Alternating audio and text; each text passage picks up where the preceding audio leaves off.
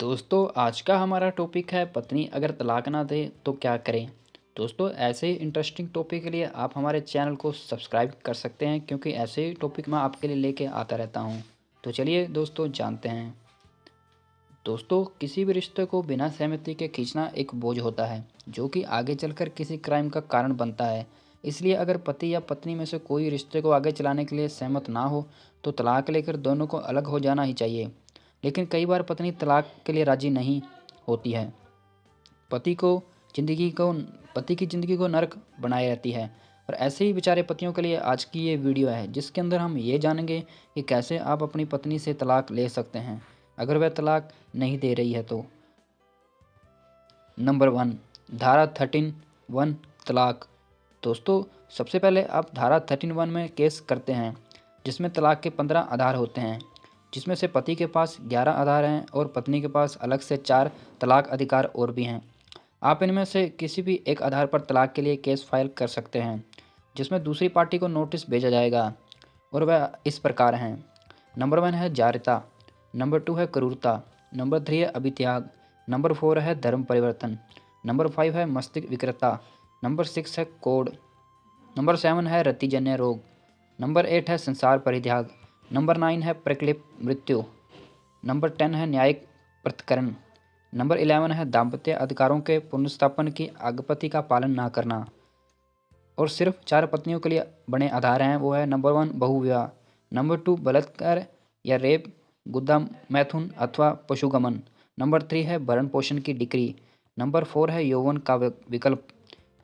तो दोस्तों जो नंबर 2 है वह धारा दाम्पत्य अधिकार का प्रतिस्थापन हिंदू एक्ट मैरिज के अनुसार अगर आपको लगता है कि आपकी पत्नी साधारण तलाक के केस से नहीं मानेगी, फिर आप केस नहीं जीत सकते हैं।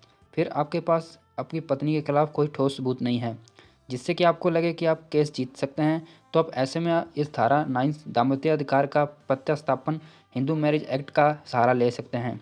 इसको इंग्लिश में रेस्टिट्यूशन ऑफ कंजुगल राइट्स भी कहते हैं। इसमें आप पत्नी को वापस घर लाने का केस करते हैं।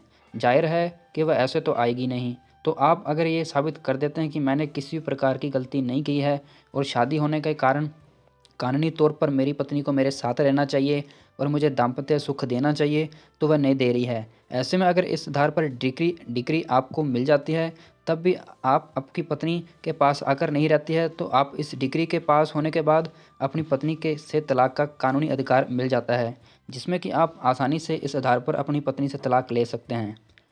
नंबर 3 है धारा 10 न्यायिक पृथक्करण हिंदू मैरिज एक्ट। इसको हम इंग्लिश में जुडिशियल सेपरेशन कहते हैं, यानी कि कानूनी रूप से एक जगह रहते एक छत के नीचे रहते हुए पति पत्नी की तरह नहीं रहना। जब आपकी पत्नी आपके साथ रहती है और आपसे खर्चा भी लेती है, साथ में रहती है, तो तलाक लेना सबसे मुश्किल होता है क्योंकि ऐसे में कोर्ट का रुख पत्नी की तरफ रहता है। ऐसे में कोर्ट सोचता है कि पत्नी तो घर बसाना चाहती है लेकिन पति ही नहीं चाहता, तो ऐसे में आपको ये केस करना चाहिए। नंबर 4 है घरेलू हिंसा का केस। आपकी माँ बहन भी आपके साथ रहती हैं, तो आप अपनी माँ या बहन से केस अपनी पत्नी पर करवा सकते हैं। घरेलू हिंसा का केस पत्नी ही नहीं आपकी माँ और बहन भी ये केस आपकी पत्नी पर कर सकती है। जैसे कि आपकी पत्नी उस घर में बहू है, वैसे ही आपकी माँ भी उस घर में बहू है। घरेलू हिंसा का मतलब ये घर में रहने वाले लोग आपस में केस कर सकते हैं। ये केस सिर्फ महिला ही कर सकती है, पुरुष को कोई अधिकार नहीं है। तो ऐसे में आप अपनी माँ या बहन से केस अपनी पत्नी पर करवा सकते हैं। उसने भी उसे परेशान किया है, गाली दी है, पीता है, खाना नहीं देते हैं पर ताने देती है, इन आधारों पर ये केस करवा सकते हैं। इससे अधिक इससे आपकी पत्नी हताश हो जाएगी और दबाव में आ जाएगी। नंबर 5 धारा 3 दहेज प्रतिरोधी अधिनियम। अगर आपकी पत्नी ने कहीं भी ये लिखा है कि शादी से पहले और बाद में उन्होंने आपकी मांग पर दहेज दिया है और तो आप इस धारा में उन्हें 5 साल तक की सज़ा और 15,000 से लेकर दहेज के समान तक की वैल्यू का पैसा जुर्माना करवा सकते हैं। यह धारा कहती है कि दहेज देना और लेना दोनों ही जुर्म हैं। इसमें आपको ये नहीं कहना है कि मैंने दहेज लिया है, लेकिन आपकी पत्नी का और उसके परिवार का यह कहना ही काफ़ी है कि उन्होंने दहेज दिया है, और इतना कहना ही उन्हें जेल पहुंचा सकता है। नंबर 6 मानहानि धारा 500 आईपीसी।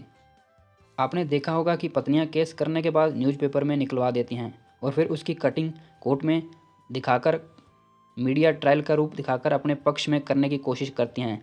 इसके लिए और इस प्रकार के दबाव को कोर्ट रोकने के लिए आगे से कोई न्यूज़पेपर ऐसी खबर ना छापे और अपनी पत्नी पर सामाजिक दबाव बनाने के लिए आपको धारा 500 आईपीसी मानहानि में केस करना चाहिए, ताकि आपकी पत्नी और न्यूज़पेपर वाले दबाव में आ जाएं। इस धारा में 2 साल तक की सज़ा और जुर्माना दोनों होते हैं। पत्नियों के करीबी सपोर्टर पर केस। कोई भी स्त्री बिना किसी सहारे के केस नहीं कर सकती। उससे या तो अपने मायके का सहारा होता है या फिर किसी रिश्तेदार का, जो कि पुलिस में हो या फिर पॉलिटिक्स में, फिर उसके परिवार में कोई उसका अपना किसी अच्छे पद पर या फिर अच्छी कंडीशन में हो। जैसे कि आपने सुना ही होगा कि पेड़ को काटना है तो पहले उसकी जड़ को काटो, टहनियाँ काटने से कुछ नहीं होता। ऐसे में हमें उस व्यक्ति पर केस करना चाहिए, फिर उसकी शिकायत करके उसे उससे दूर कर देना चाहिए। अगर आपको लगे कि आपके खिलाफ जा सकता है तो उसको भी आप केस में पार्टी या फॉर्मर पार्टी बना सकते हैं। इससे वह व्यक्ति आपके केस में आपकी गवाही से केस को कमज़ोर नहीं कर पाएगा। फॉर्मर पार्टी वह लोग होते हैं जिनका केस में नाम तो होता है पर उनको कोर्ट की तरफ से समन इशू नहीं होता। इससे ये होगा कि आपकी पत्नी कमज़ोर पड़ जाएगी और हारकर आपको तलाक दे देगी। तो आशा करता हूँ दोस्तों कि आप ये अच्छी तरह समझ गए होंगे कि आप अपनी पत्नी से इन आधार पर कैसे तलाक ले सकते हैं। वीडियो अच्छा लगता है तो इसे लाइक करना और आप हमारे चैनल को सब्सक्राइब करना ना भूलें। धन्यवाद।